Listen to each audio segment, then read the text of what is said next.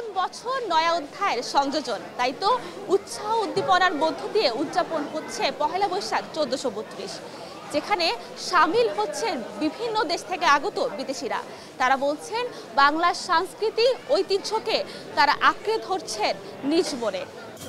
আনন্দ শোভাযাত্রা থেকে শুরু করে প্রতিটি অনুষ্ঠানে নতুন বছরকে বরণ করে নিতে স্বতঃস্ফূর্তভাবে অংশ নিয়েছেন জাপান, ফ্রান্স, রাশিয়া, জার্মানি সহ নানান দেশের শিক্ষার্থী ও পর্যটকরা। কেউ খোপায় গুজেছেন ফুল, কেউ আবার লাল সাদা শাড়ি পাঞ্জাবিতে বাঙালিয়ানা সাজে সেজেছেন। I'm from Russia.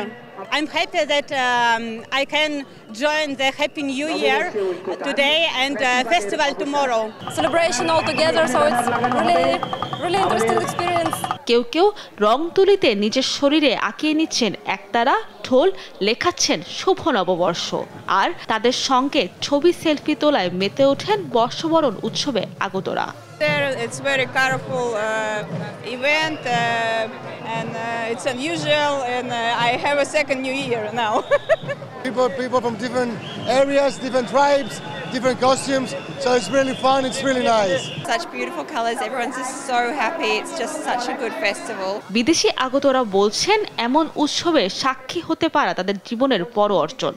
In our country, it's not so celebration like in Bangladesh. No, it's a very small festival. Not so many people. They are all living together and with all the tribes, so yeah, we really enjoyed it. Shubho Noboborsho. Shubho Noboborsho 1432. আমার প্রতি বছর সবার সাথে ঘুরতে যাব, আমার খুব ভালো লাগে এই সংস্কৃতি।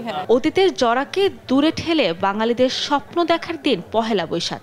হাজার বছরের ঐতিহ্যের বহমানতা শুধু বাংলার বুকেই নয়, দেশের সীমানা ছাড়িয়ে ছড়িয়ে যাক সারা বিশ্বে, এই প্রত্যাশা সকলের। সাবরিনা মজুমদার, দেশ টিভি, ঢাকা।